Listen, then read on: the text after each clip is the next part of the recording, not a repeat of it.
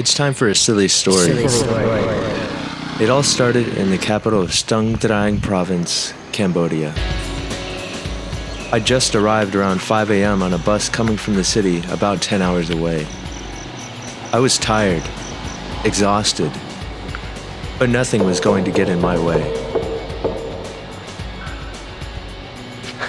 We set out driving about 5 hours northeast to a place called Siem. We'd heard rumbling and rumors about this place. We knew we had to investigate it for ourselves. As we arrived, we were greeted by kind villagers who shared the history of the place and why it was so mysterious.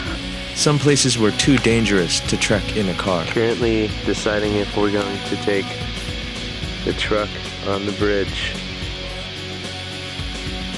We continued on foot, exploring. We didn't know where we were headed, but we went and only found nature untouched.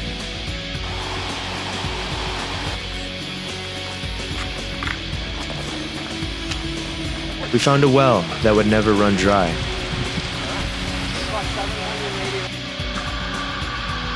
Dogs, emaciated, reminded us of our old man, scouring for a mere morsel of food.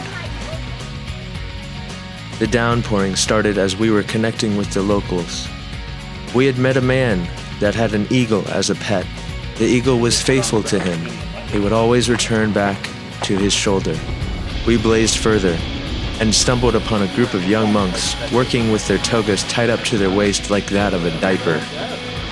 We were curious about the togas, so we asked. After a pleasant encounter with the head monk of the pagoda, they invited us inside. A strange room they welcomed us into, filled with imagery that was foreign. They were ecstatic and wanted us to try on the remarkable robes, different kinds of robes for different events and such. Only few of us were allowed to wear the robes.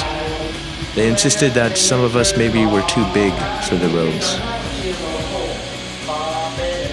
We spoke about a man who suffered on a cross. We listened about another man who was trying to escape suffering. The conversations lasting almost 4 hours. It was time to rest. They bade us to sleep there for the night. We accepted. We had the idea to project a movie onto the building for the monks to watch. We were told no sexy movies, no religious movies, and no violent movies. With the head monk's permission, we decided to play Emperor's New Groove and Kung Fu Panda. We observed as the young monks started to drift in to watch the film. The movies were in English, but there was no lack of understanding. Winding down, they told us that the lights would remain on the whole night. Their belief was that if the lights are turned off, then the bad spirits would come.